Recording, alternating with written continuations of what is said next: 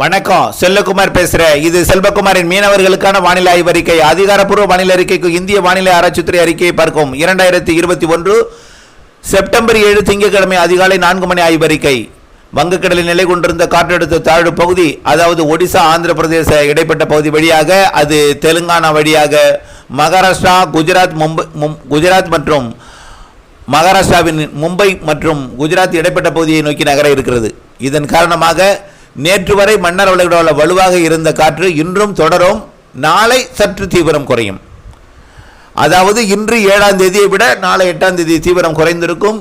ஆனால் இன்று நேற்றை போல் வலுவாகவே இருக்கும். பெரும்பாலும் மதியம் மாலை நேரங்களில் மன்னார் வளைகுடா மற்றும் இலங்கையோட கிழக்கு பகுதி, இலங்கை அந்தமான் இடைப்பட்ட பகுதி, ஆந்திர கரையோரம்லாம் வலுவாக இருக்கும். இன்று பாலக்காட்டு கணவாயிலிருந்து வரக்கூடிய மற்றும் தென் மாவட்டங்களிலிருந்து வரக்கூடிய காற்றும் அது பாக்ஜல சிந்தி பகுதி வழியாக பயணிக்கும் பொழுது சற்று சவாலான காற்றாக இருக்கும். அச்சுறுத்தும் காற்றுதான். தடை எதுவும் விதிக்கப்படவில்லை. ஆனால் தொடர்ந்து எச்சரிக்கையுடன் மீன்பிடிக்க வேண்டும் தமிழக கடலோரம். அதே போல நாளை இந்த காற்றோட வேகம் குறையும்.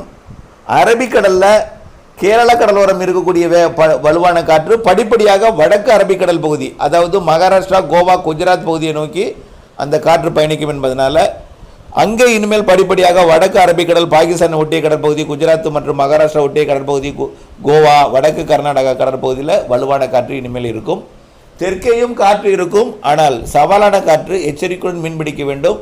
தொடர்ந்து அரபிக்கடலில் கண்டிப்பாக அரபிக்கடலில் வடக்கு பகுதிக்கு தடை வரும். நாளையிலிருந்து இன்றே தடை விதிக்கப்பட்டிருக்கலாம். ஆனால் வங்கக்கடலோட மன்னார் வளைகுடா பகுதியில் எச்சரிக்கை தொடர வேண்டும். இன்றும் நாளையும் குமரி கடலுக்கு பெரிய அச்சுறுத்தும் காற்று அல்ல. மன்னார் வளைகுடா மற்றும் இலங்கை ஒட்டிய கடற்பகுதிக்கு மட்டுமே வலுவான காற்று இருக்கும். இன்றும் நாளையும். நாளை மறுதினம் 9ஆம் தேதி சற்று காற்று தீவிரம் குறைந்திருக்கும். பெரிய படகுக்கு பெரிய அச்சுறுத்தல் இருக்காது. சிறிய படகுக்கு 27 கிலோமீட்டருக்கு மேல் காற்று இருந்து கொண்டிருக்கும்.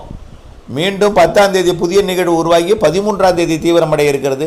ஆக 10ஆம் தேதியிலிருந்து அதை 9, 10 மீன்பிடிக்கிறதுக்கு அச்சுறுத்தல், பெரிய அச்சுறுத்தல் இருக்காது. 11, 12, 13, 14 மீண்டும் தீவிர காற்று. அது நன்கமைந்த காற்றழுத்த தாழ்வு பகுதி வரை, அது மேற்கு வங்கம், ஒடிசா இடைப்பட்ட பகுதியில் தீவிரமடையும் என்று எதிர்பார்க்கப்படுற காரணத்தினால மீண்டும் மன்னார் வளைகுடா, இலங்கை அந்தமான் இடைப்பட்ட பகுதி, ஆந்திர, ஒடிசா கரையோரம், ஆழ்கடல் பகுதி, மத்திய வங்கக்கடல் பகுதி, அந்தமான் கடல் பகுதி எல்லாம் மீண்டும் 10ஆம் தேதிக்கு மேல் 11 விட 12, 13, 14 தடை விதிக்கும் அளவிற்கு அந்தமான் கடற்பகுதிக்கும் வடக்கு வங்கக்கடல் பகுதிக்கும் இலங்கை அந்தமான் இடைப்பட்ட பகுதிகளுக்கும் இருக்கும். ஆனால் மன்னார் வளைகுடாவில் இன்றும் நாளையும் வலுவான காற்று எச்சரிக்கையுடன் மீன்பிடிக்கணும். நாளை மறுதினம் தீவிரம் குறைந்திருக்கும். 10 தீவிரம் குறைந்திருக்கும். 11லிருந்து மீண்டும் தீவிரம் படிப்படியாக அதிகரிக்கும்.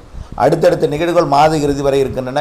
4 நாள் காற்று, 2 நாள் ஓய்வு என்று மாறி மாறி மாதம் முழுவதுமே இந்த மாத இறுதி வரை நிகழ்வுகள் இருக்கின்றன. அடுத்த மாதமும் நிகழ்வுகள் இருக்கின்றன. அடுத்த மாதம் 2வது 3வது வாரத்தில் வலுவான நிகழ்வு இருக்கின்றன. முதல் வாரத்தில் இப்பொழுது இருப்பது போல் சாதாரண நிகழ்வு இருக்கின்றன. ஆகவே வாரத்திற்கு 3 நாள் அச்சுறுத்தும் காற்றும், 2 நாள் சாதாரண காற்றும், 1 நாள் ஒரு இடைவெளியும் கொடுக்க வாய்ப்பு இருக்கிறது. ஆகவே இந்த இடைவெளியை பயன்படுத்தி, காற்றின் வேகத்தை பயன்படுத்தி வானிலை அறிக்கையை அறிந்து திட்டமிட்ட கடல் தொழில் செய்ய அன்போடு கேட்டுக்கொள்கிறேன். நன்றி.